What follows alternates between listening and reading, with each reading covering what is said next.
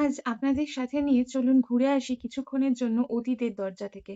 2026-এর August মাস থেকে সোজা চলুন 1930-এর এপ্রিল মাসে। স্বাধীনতা নিয়ে আসার যুদ্ধে উত্তাল কলকাতা। সারা কলকাতা জুড়ে চলছে রক্তবন্যা, যার মধ্যে বেশিরভাগটাই বিপ্লবীদের। পেটের দায় নাকি বিবেকের দংশন, কোনটা বেছে নেবে অনির্বাণ? তার মন চায় বিপ্লবীদেরকে সাহায্য করতে, কিন্তু সে যে একজন ব্রিটিশ কর্মচারী, মানে ব্রিটিশ সরকারের আন্ডারে একজন কর্মচারী, তাকে পেট চালাতে গেলে, দুমুঠো অন্ন রোজগার করতে গেলে এই চাকরিটা তার জন্য ভীষণভাবে দরকারি। তাই পেটের দায় না বিবেকের কথা, কোন দিকে সে যাবে সে নিজেও বুঝে উঠতে পারে না। এই গল্পের প্রধান চরিত্র ইন্সপেক্টর অনির্বাণ, যিনি বর্তমানে একজন পুলিশ অফিসার।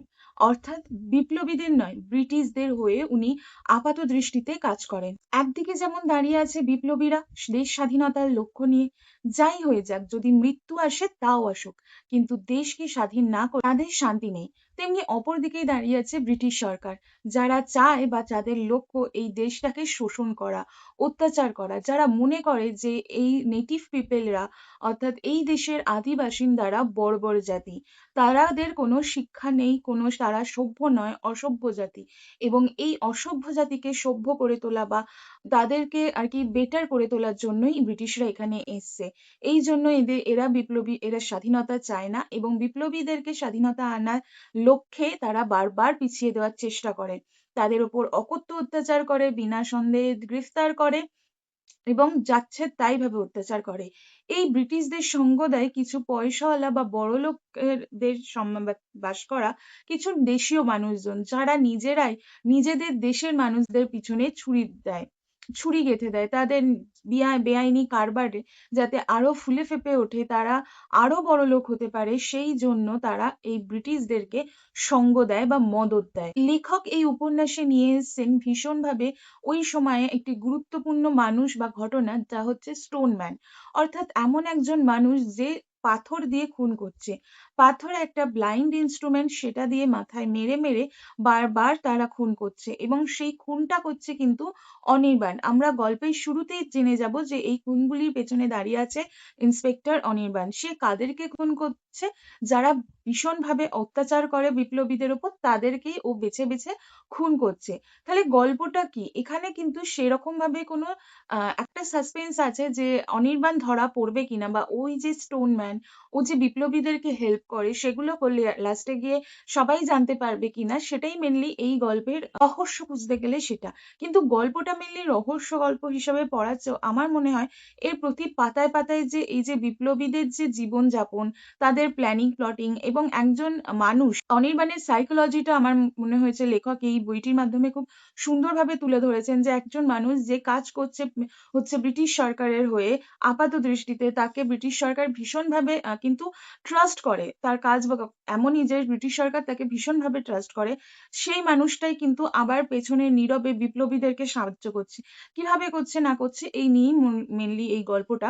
আর এবং আরো একটা জিনিস, যে অনির্বাণের মধ্যে কোন সত্তাটা সবচেয়ে বেশি কাজ করছে, তার এই স্টোনম্যান হয়ে ওঠা, মানে একজন পুলিশ, বেসিক্যালি একজন পুলিশ কি, একজন পুলিশ যে হচ্ছে আইনের রক্ষক, যে মানুষদের রক্ষা করবে, যদিও ব্রিটিশরা সেটা করেনি, কিন্তু পুলিশ হিসাবে তো আমরা সেটাই বুঝি।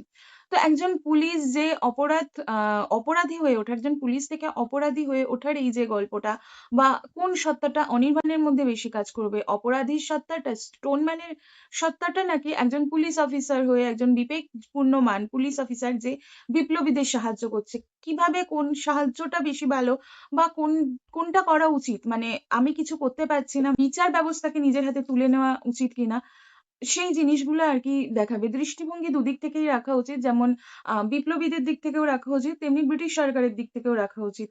তো সেই হিসেবে দেখলে এটা একটা খুব সুন্দর সাইকোলজিক্যাল থ্রিলারও বলা চলে, কারণ অনির্বাণের সাইকোলজিতে যে মানে পরিবর্তনটা, তার মানসিক যে পরিবর্তনটা, সেটা কিন্তু আমাকে বেশ মুগ্ধ করেছে এবং লেখাটা ভীষণভাবে টান টান উত্তেজনাপূর্ণ। আমার মনে হয় একবার শুরু করলে এটাকে শেষ না করে কোনো মতেই উঠার পসিবল না। আমার ক্ষেত্রেও সেটা হয়েছিল যে যতক্ষণ না লাস্ট পেজ অব্দি পড়ছি ততক্ষণ অব্দি আমি উঠতে পারিনি। আমার বইটা খুবই ভালো লেগেছে, আমি রেটিংও দিচ্ছি খুব ভালো।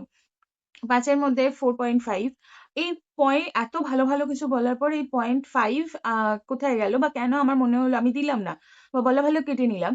তার কারণ এই বইটির ব্লাডটাতে যখন আমরা পড়ি, তো ব্লাডে তো সাধারণত মেইন ক্যারেক্টার বা মেইন ঘটনাগুলোকে তুলে ধরা হয়। এখানে কিন্তু ব্লাড লেখাটাতে বা পেছনের যে লেখাটায়, সেই লেখাটায় লেখা ছিল এমন একজনের কথা যিনি ভীষণ ফেমাস আমাদের এই গোয়েন্দা জগতে, সেটা হচ্ছে ব্যোমকেশ বক্সী। একজন ক্যারেক্টার যাকে আমরা বাঙালিরা মনে করি তিনি ছিলেন মানে একদম জলজ্যান্ত মানুষ ছিলেন। এখানে তার অবদান আছে বা এখানেও তাকে দেখা গেছে, লেখক উল্লেখ করেছেন অতুল বক্সী। ব্যোমকেশ বক্সী পুরোপুরি একদম নাম না লিখে অতুল বক্সী। অতুল আমরা যারা মোটামুটি ব্যোমকেশের গল্প পড়েছি বা এখন অডিও স্টোরিতে শুনেছি জানি, তারা জানি যে ওনার যে ১ম গল্পটা সত্যান্বেষী, ওই গল্পতেও ও ছদ্মনাম নিয়েছিল অতুল। তো ওইখান থেকে অতুল চন্দ্র থেকে অতুল আর বক্সী টাইটেলটা, এবং ও বলছে যে আমি একজন সত্যান্বেষী। ওই চরিত্রটাকেই লেখক লিখেছেন। আমার সেটা নিয়ে বক্তব্য না। কিন্তু এই চরিত্রটার কোনো গভীরতাই নেই।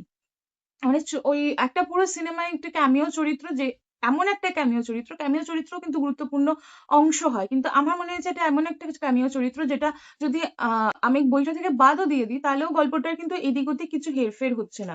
বরঞ্চ আমি এটা দেখতে পেলে আমার ভালো লাগতো যে একদিকে অনির্বাণের এই অপরাধ করে করার যে জগৎটা সেইটা, আর অতুলের যে ধরতে পারা সত্য অন্বেষণ, এই দুটোর সঙ্গে একটা যদি দ্বন্দ্ব হতো, আমার মনে হয় পড়তে এটা বেশি ভালো লাগতো।